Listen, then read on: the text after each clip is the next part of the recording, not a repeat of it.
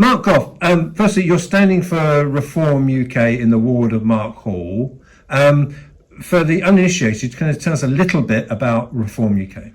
Yeah, sure. Reform UK is the new name for the Brexit Party, because obviously 2016 we have Brexit, strictly speaking. Whether we've got the complete Brexit that we voted for is another matter, but politics moves on, and sensibly, there's no point in a party being called Brexit Party when you've got it. So, modern politics has moved on, so there's a lot of things that we feel need reform, and reform is a very good name for what we want to do. So whether it's just the people of Mark Hall ward at the moment, or whether we look in a few questions' time, do you feel there's probably the 27,000 people in Harlow who voted leave? Do you think they've got sold a pup? Do you think they've got a bum deal? And is that still unfinished business? Well, I think there's an awful lot of issues that were promised over Brexit that haven't been completed, and I think that is one of the reasons that the Reform Party is now up running again post Brexit, and we're polling sort of 10% in the polls, because I think the situation is that people are pretty fed up with the two main parties, and they're not delivering. And I think since 2016, that was probably and Brexit, that was probably the best example of modern politicians failing to deliver for the people. The Richard Tice, who is the leader of your party, he has said they're going to have a candidate in every constituency in the general election. So that means there'll probably be a candidate in Harlow. Maybe you, maybe not be. I think you'll probably let democracy run its course. Who's that a problem for if there is a Reform candidate in next year's general election? I think it's a problem for every single opponent. I think we're in a position now where we are pretty much consistently polling 10%. We already know the Conservatives are worried about us to a sufficient extent that they're having meetings, and they've had meetings about us already.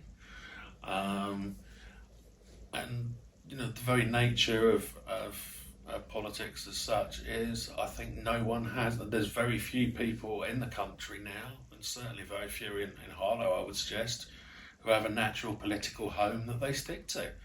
I think politics has never been so fluid as it is now. You're the only candidate standing this year in the local elections. Do you think next year's local elections, when they're all out, there'll be all 33 councillors, do you think there might be more Reform candidates in Harlow? Well, my plan, I already have a number ready to rumble. We have, certainly my main objective in standing was to get our name out and around the town in this election, ready for next year's 33. And in fact, one of the main things I've been saying about my candidacy this year is that, if you're not sure, and frankly a lot of people aren't sure about politics at the moment, this is your chance to take someone like me, who's been around for about 25 years, knows the town inside out and backwards pretty much, has plenty of experience. Give me a go for a year, see how I go. If you like what you see, next year you've hopefully got another 32 of us to vote for. But you can't do things like this year. I don't say you can't do things on your own, but you're clearly doing it on your own this year. But if it comes to, say, a general election, thinking hypothetically, you'll need support, won't you? A team, people to help you. Absolutely. I mean, this is the reality of politics is such that this is the reason why the two old main parties are still the two old main parties, because they are the biggest out there. They've got the most money, they can spend the most, they've got the most people out there delivering for them, and they've got more literature that they can shove through people's letterboxes than small parties like me who, my leaflet for this election's come out of my pocket. It's not come from a trade union or a millionaire. It's come from my pocket, and I'm a care worker. You enjoy politics, don't you? Don't you? You're a political animal. I guess you could say that. I would rather put myself in a position that I like helping people. I mean, that's very much, I'm a care worker at the moment.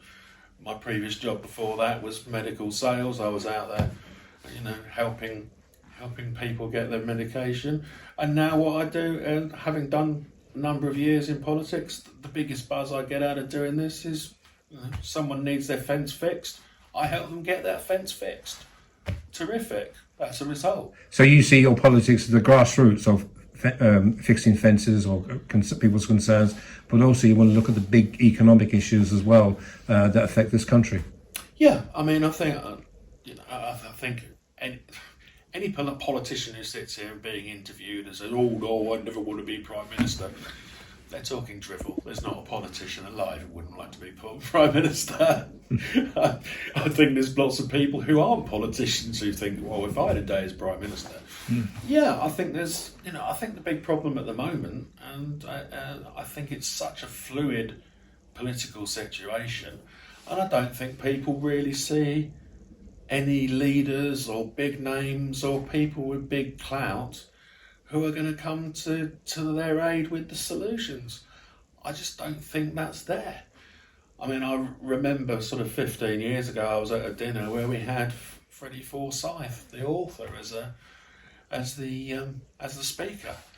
Not the most exciting of speeches, I've got to be honest, but this is a guy who'd read the Maastricht Treaty and he was going on about that.